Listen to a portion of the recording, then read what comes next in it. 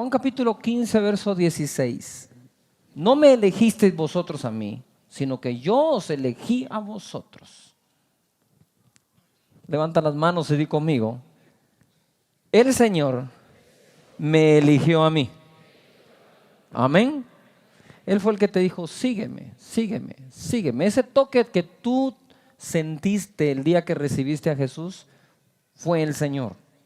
Ese mismo toque que yo recibí ese día, que cuando la persona que estaba hablando del Señor Jesucristo dijo: ¿quiénes quieren recibir a Jesús en su corazón? ¡Pum! Yo me levanté como que tuviera un resorte abajo. Dije: ¿y esto qué es? Algo pasó.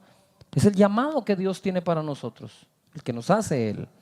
Y dice la Escritura acá: y yo os he puesto para que vayáis y llevéis mucho fruto, y vuestro fruto permanezca. ¿Para qué? Todo lo que pidiereis al Padre en mi nombre, Él os lo dé. Levanta las manos conmigo al cielo y di: yo llevo fruto, y todo, de nuevo no, di todo lo que pido al Padre, me lo dan. ¿Cuánto es todo? ¿Cuánto es todo? ¿Cuánto es todo? ¿Por qué no tienes de todo? ¿Por qué no pides? La palabra de Dios dice que nosotros no tenemos porque no pedimos. No dice que no tenemos porque no tenemos. ¿Me expliqué? Dice que no tenemos porque no pedimos. El Señor Jesucristo fue claro. La palabra de Dios dice, por ejemplo, que el que no trabaja, que no coma. Es decir, eso es una responsabilidad. Pero la responsabilidad que cumplimos no nos debe de alejar de la fe que profesamos, es decir, de lo que a Dios le creemos. Él dijo: todo lo que pidiereis al Padre orando, Él te lo dará.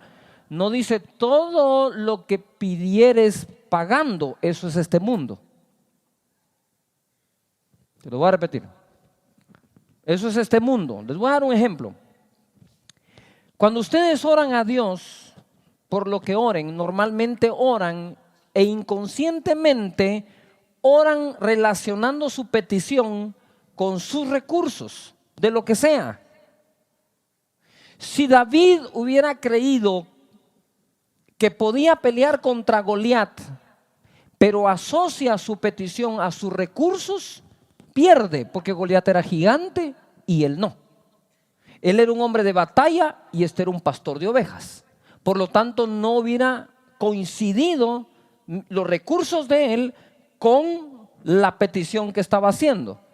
Cada vez que nosotros pedimos a Dios, tenemos que obviar qué tenemos y qué somos, si es que de verdad de Dios lo esperamos. Por ejemplo, consejo, balance: nunca gasten más de lo que ganen, nunca.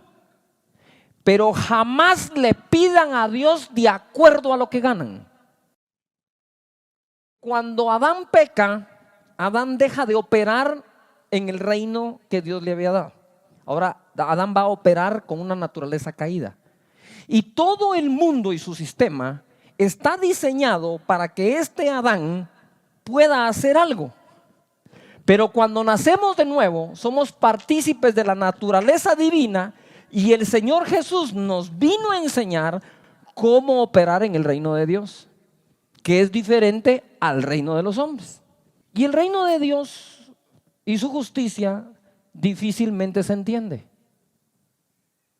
porque se ha de discernir espiritualmente, pero sí se puede aceptar y creer para que funcione. Si fuera por entendimiento, el Señor diría: y todo lo que entendiereis, eso pasará. Pero el Señor dijo: todo lo que crean, eso es lo que va a pasar. Fe. La fe detona el reino en tu vida y sus beneficios. Santiago 5:16: confesaos vuestras ofensas unos a otros y orad unos por otros para que seáis sanados. Lo que sigue: la oración eficaz del justo puede ¿qué? ¿Cuánto puede la oración? ¿La oración qué? Eficaz. Una oración eficaz es una oración de fe, pero hacemos muchas oraciones ineficaces. Somos ineficientes cuando oramos y nos tenemos que volver eficientes a la hora de orar. No es cuánto tiempo oras, es la calidad de oración que haces. El Señor no está con el reloj y le dice, bueno, pasate aquí conmigo media hora. 28 minutos. No, faltan 2 minutos. Media hora. Ahora sí te concedo lo que pediste.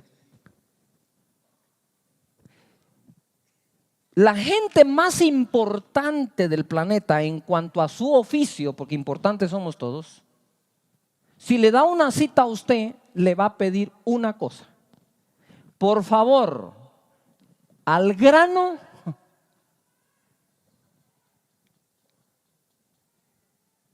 y rápido.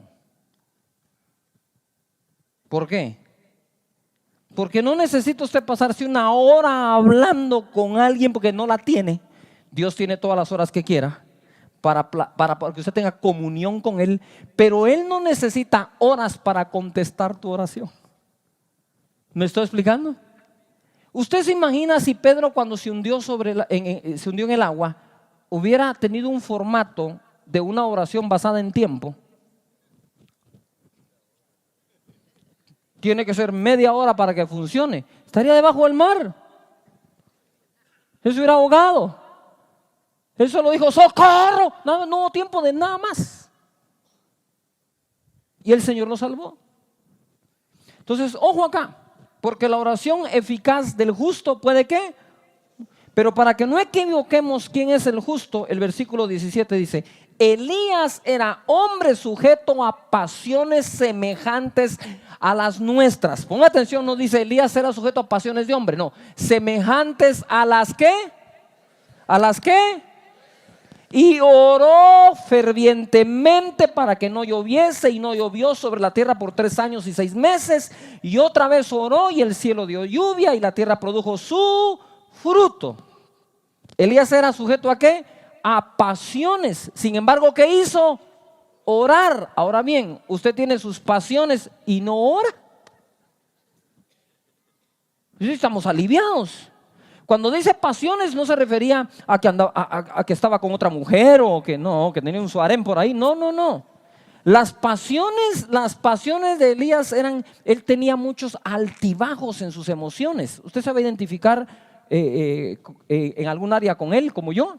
Elías era de los que un día estaba tan envalentonado que decía 800 profetas, ahorita nos tronamos aquí la onda con esos 800. ¿Dónde están? ¿Quién dijo miedo detrás de un palo? Y peleó contra 800. Al otro día le mandó un WhatsApp a una vieja llamada Jezabel, manipuladora. Y Jezabel le dijo, mañana se hace contigo como a estos. Y ¡zum! Se hizo humo aquel. Se fue a esconder. Y oró, ¿qué dice acá? Fervientemente. Era un hombre sujeto a pasiones. ¿Cómo qué? ¿Como las qué? Como las nuestras. En otras palabras, tú eres igual que Elías. Lo que no haces es orar como oraba Elías.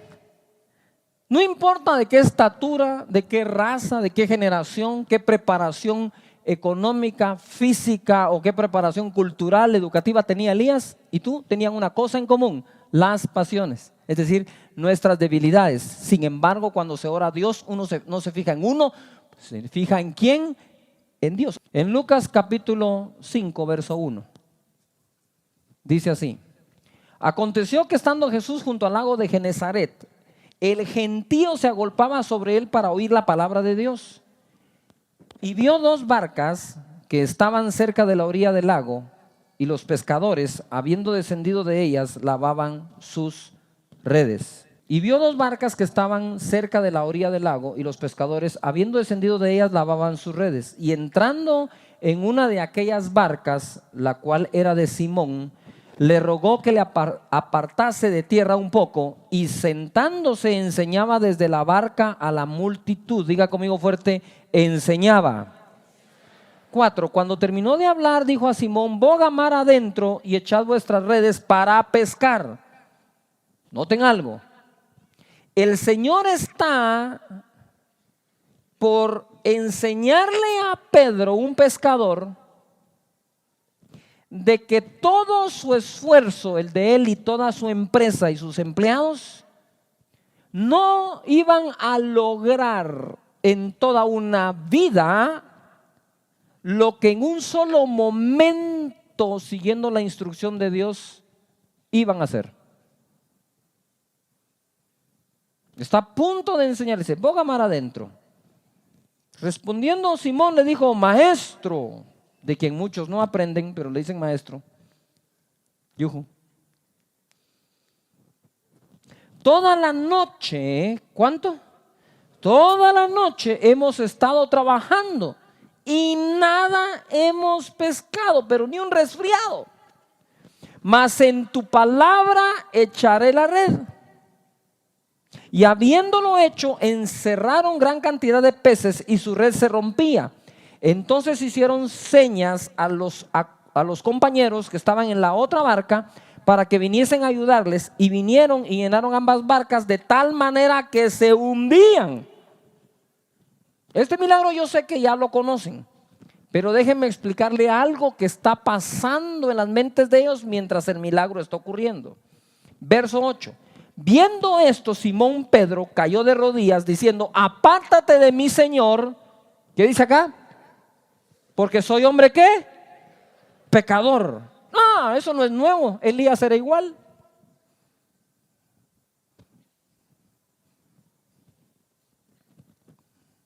Yuhu.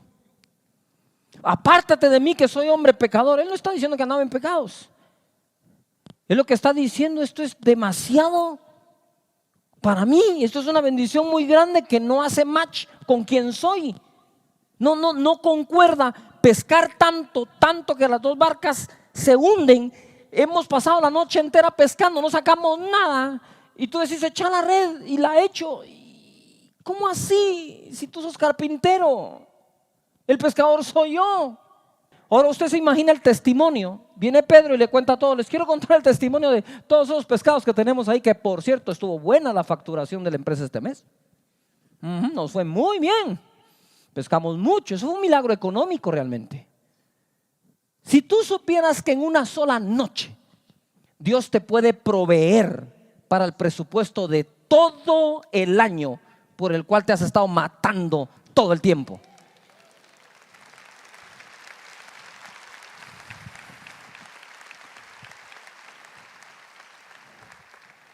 Lo grandioso no son los pescados, lo grandioso no es la plata por venderlos. Lo grandioso era que sus ojos estaban abriendo y viendo un reino que sus ojos naturales no podían ver. El reino de Dios entre vosotros está, dijo Jesús. Y aprender a vivir en el sistema de Dios en este mundo. Dice la Biblia, ellos no son de este mundo, por eso te pido que los guardes, Señor. Y le está enseñando algo. Pero la cosa más bella es cuando Elías, hombre, dice otra versión, común y corriente como todos nosotros, oró, dejó de llover. Volvió a orar, volvió a llover. Si Dios le contestó a Elías, te va a contestar a ti también. Pero te lo agrego, si Dios le dio esa pesca milagrosa a Pedro, te la puede dar a ti también.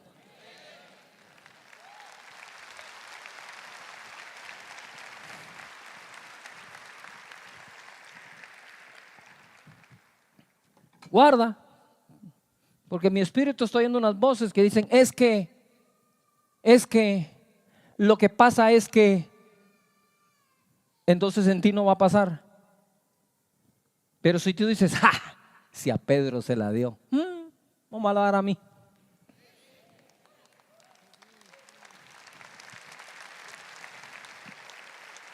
Ahora en este mismo segundo es que estás provocando algo sobrenatural en tu vida. Y creo en hacer todo lo natural que hay que hacer si alguien trabaja de su servidor. Pero yo quisiera que comprendan ustedes que cuando nacieron de nuevo, su espíritu nació de nuevo, se comunica con el Señor. Y ahora tenemos este pequeño, gran problema que es la mejor bendición de todas. Pero es un problema para las mentes de algunos. Tú naces de nuevo y ahora tienes enfrente como padre al Dios creador del universo.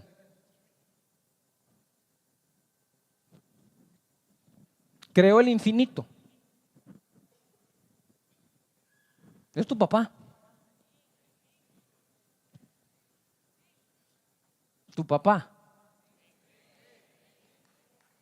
Y viene su hijo y te dice, todo lo que le pidas a mi padre, en mi nombre, te lo va a dar. Mira nada más la posición en la que estamos ahora. Pregunto, ¿qué es mucho para Dios? ¿Qué es poco para Dios? Y si no existiera lo que pides, ¿cuál es el problema para el Creador? Ahora, el problema es que con ese Dios es con el que decimos relacionarnos. Pero ¿cómo nos relacionamos con ese Dios sin fe? ¿Cómo se le da una palabra de fe a quien no tiene fe? ¿Cómo se le puede dar una profecía a quien no cree? ¿Ven que la clave es creer? Cuando le creemos al Señor, ahora esto se va a poner mejor todavía. Ve conmigo a Mateo capítulo 14, verso 28. Entonces le respondió Pedro y dijo, Señor, si eres tú, manda que yo vaya a ti sobre las aguas. Y él le dijo, toma un curso primero. Saca tu licencia. Cómprate un buen bote y te enseño a caminar sobre el agua. No, cuando él le dijo, hey, si eres tú, manda que yo vaya. Jesús por adentro dijo, este no sabe ni lo que está pidiendo.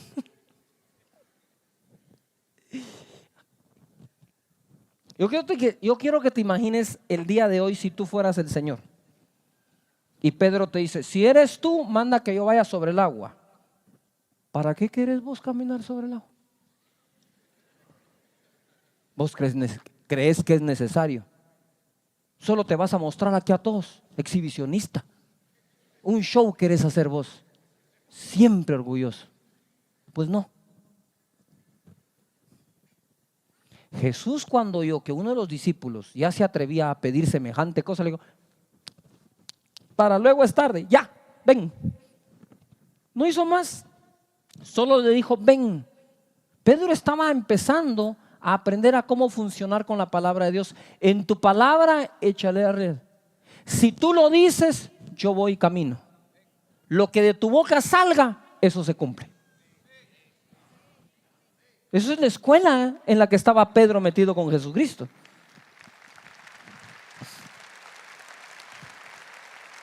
Ahora bien, se recuerdan que Pedro se hundió porque tuvo miedo por la tormenta. Pero yo pienso que el problema fue aún más profundo. ¿Sí? El problema que yo veo es cuando vio la fuerte tormenta, se cuestionó si lo que estaba haciendo basado en la palabra funcionaría siempre. Voy a repetir. Creo que cuestionó si lo que estaba haciendo basado en la palabra iba a funcionar siempre. Y ese es tu problema. Que cuando el Señor está haciendo algo por su palabra, te está funcionando y luego te cambian un poco las reglas del juego, te preguntas si va a seguir funcionando. Mateo capítulo 17, ya los llevé por Pedro. Este Pedro estaba duro en la cabeza, pero Dios lo arregló. Mateo capítulo 17, verso 24. Cuando llegaron a Capernaum, vinieron a Pedro los que cobraban las 2 dracmas o monedas de impuestos y le dijeron, ¿vuestro maestro no paga las 2 dracmas? Él dijo, sí. Y al entrar él en casa, Jesús le habló primero, diciendo, ¿qué te parece, Simón? Los reyes de esta tierra, ¿de quiénes cobran los tributos o los impuestos? ¿De sus hijos o de los extraños? Pedro le respondió, de los extraños. Jesús le dijo, luego los hijos están exentos. 27, pongan atención. Sin embargo, para no ofenderles, ve al mar y búscate un buen trabajo. Ahorra todos los meses y paga tus impuestos. Llámate a tu contador, a tu auditor. No, le dijo, ve al mar y echa el anzuelo. Y el primer pez que saques, tómalo, y al abrirle la boca hallarás un estatero, es una moneda. tómalo y dáselo por ti y por mí. Págalos. ¿Qué? ¿Qué? Tú solo ve.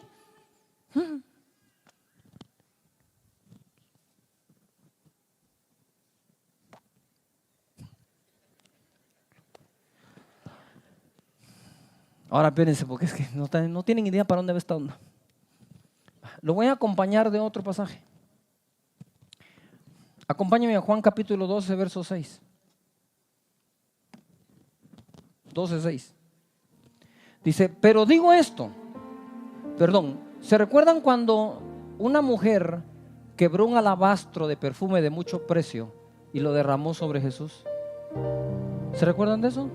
Y entonces vino Judas y dijo, ¿por qué se ha hecho este desperdicio? Se debió haber vendido el perfume por 300 denarios y darlo a los pobres. Entonces en el verso 6 de Lucas 12 dice, pero dijo esto no porque se cuidara de los pobres, sino porque era ladrón. ¿Qué era Judas? A ver, todo el mundo fuerte, ¿qué era Judas?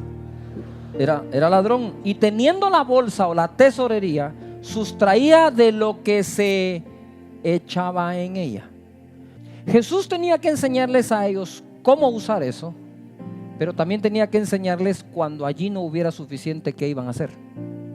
Tenemos que ser buenos administradores de los recursos, como así también tenemos que creerle a Dios por los que no tenemos. Entonces noten lo siguiente, porque esto se pone glorioso. Jesús le dice a Pedro, voy a dejar el caso de Pedro por un momento.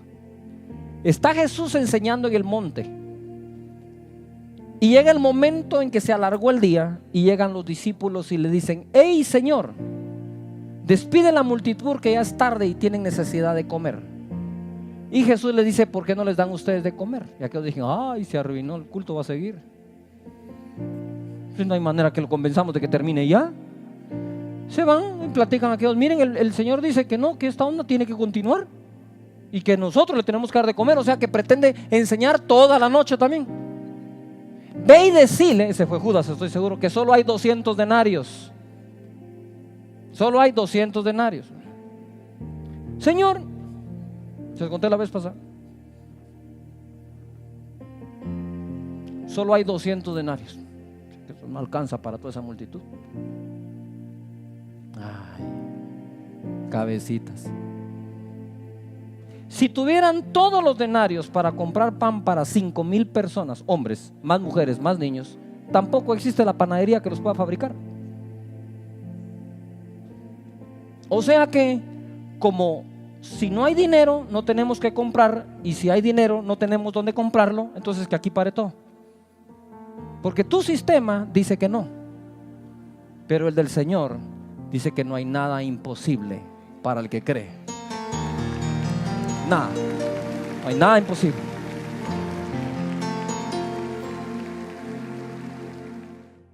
El Señor le estaba enseñando a Pedro que para todo lo que venía en el futuro, él tenía que aprender otro sistema. Pero Pedro pudo haber pensado, maestro, es nada más un estatero, tus impuestos y los míos, ¿por qué no los sacas de la bolsa que tiene Judas?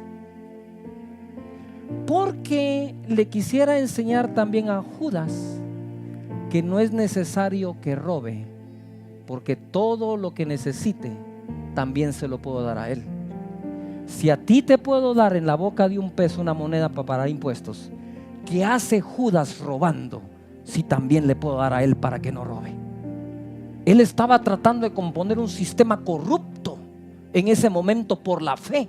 Usted sabe qué pasaría si todos los que trabajamos creemos que Dios puede proveer, y si todos los que roban y son corruptos pueden creer que también puede proveer. Judas se hubiera podido salvar quizás.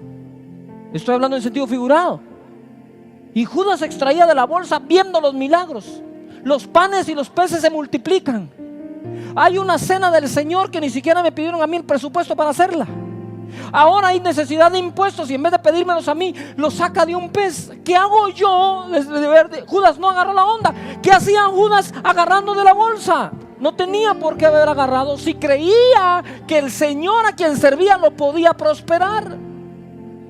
Dije, vi la pesca milagrosa, vi lo de los impuestos, vi lo de la cena, vi lo de los panes y peces 2 veces.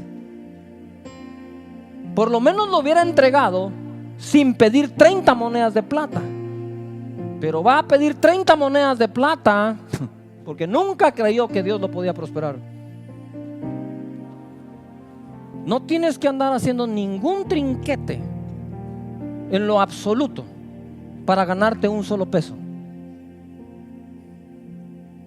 Porque ese es el espíritu de Judas.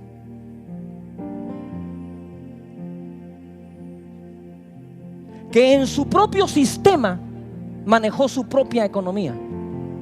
Si tienes por Señor a Jesús, que es capaz de una pesca milagrosa, capaz de sacar la moneda de la boca de un pez, capaz de multiplicar los panes y los peces, no tienes por qué hacer eso. ¿Ya se dieron cuenta cuánto milagro hizo Jesús sin tocar la bolsa? ¿A quién estaba dirigido el mensaje? Estaba tratando de salvar a Judas. Y así es el amor del Señor. Estaba tratando de darle un mensaje a Judas. Hey, Judas, ¿no te das cuenta, hijo?